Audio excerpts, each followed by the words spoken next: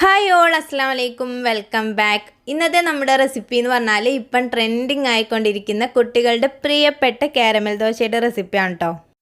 വെറും 2 മിനിറ്റിൽ ഒരു ചെറിയ സൂത്രം ഈ ദോശയുടെ മേലെ അപ്ലൈ ചെയ്യുകയാണെങ്കിൽ നമ്മൾ ഈ കിടുക്കാച്ചി റെസിപ്പി ചെയ്തെടുക്കാൻ വേണ്ടി പറ്റും. അപ്പോൾ അതെങ്ങനെയാണെന്നൊന്നും ഒട്ടും സമയം കളയാതെ നമുക്ക് വീഡിയോ കണ്ട് നോക്കാം. അപ്പം നമ്മളിവിടെ ചെയ്ത് കാണിക്കുന്നത് എപ്പോഴും ചെയ്തെടുക്കാൻ പറ്റുന്ന ഗോതമ്പ് പൊടി വെച്ചിട്ടുള്ള ദോശയുടെ കാരമൽ ദോശയുടെ റെസിപ്പിയാണ് കേട്ടോ. അപ്പോൾ അതിന് വേണ്ടിയിട്ട് ഞാൻ ഇവിടെ ഒരു 1/4 കപ്പ് അളവിൽ ഗോതമ്പ് പൊടി എടുത്തിട്ടുണ്ട്.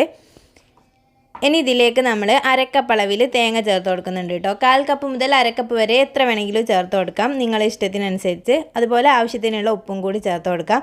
തേങ്ങയും ഗോതമ്പ് പൊടിയൊക്കെ ആയതുകൊണ്ട് തന്നെ ഒരു പ്രത്യേക ടേസ്റ്റ് ആയിരിക്കും ഈ ദോശയ്ക്ക്. അപ്പോൾ ഇതെല്ലാം കൂടി നല്ലപോലെ ഒന്ന് മിക്സ് ചെയ്തെടുത്തതിന് ശേഷം നമുക്കിതിലേക്ക് നോർമലായിട്ടുള്ള വെള്ളം കുറച്ചായിട്ട് ഒഴിച്ചിട്ട് ഒരു ദോശയുടെ ബാറ്റർ ഒന്ന് റെഡിയാക്കി എടുക്കണം കേട്ടോ.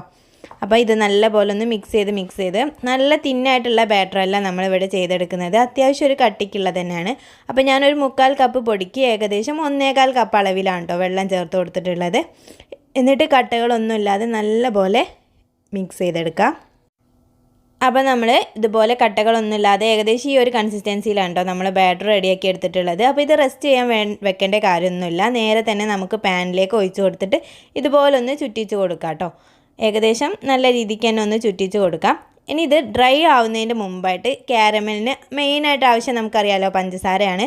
അപ്പോൾ ഇത് ഡ്രൈ ആവുന്നതിൻ്റെ മുമ്പായിട്ട് തന്നെ ഇതിൻ്റെ മുകളിലേക്ക് ഇതുപോലെ പഞ്ചസാര മൊത്തമായിട്ടൊന്ന് വിതറി കൊടുക്കാം കേട്ടോ. അപ്പോൾ നിങ്ങളുടെ മധുരത്തിന് ആവശ്യത്തിനനുസരിച്ച് പഞ്ചസാര ചേർത്ത് കൊടുക്കാം. അപ്പോൾ കുട്ടികൾക്കൊക്കെ ആണെങ്കിൽ കുറച്ച് കൂടുതലധികം പഞ്ചസാര ചേർത്ത് കൊടുക്കാം കേട്ടോ. ഇനി ഇതുപോലെ നമുക്ക് 1 ടീസ്പൂൺ അളവിൽ നെയ്യും കൂടി ഇതിൻ്റെ മുകളിലേക്ക് ചേർത്ത് കൊടുക്കണം. അപ്പോഴാണ് ഇതിൻ്റെ പെർഫെക്റ്റ് ആയിട്ടുള്ള ടേസ്റ്റ് കിട്ടുള്ളൂ കേട്ടോ.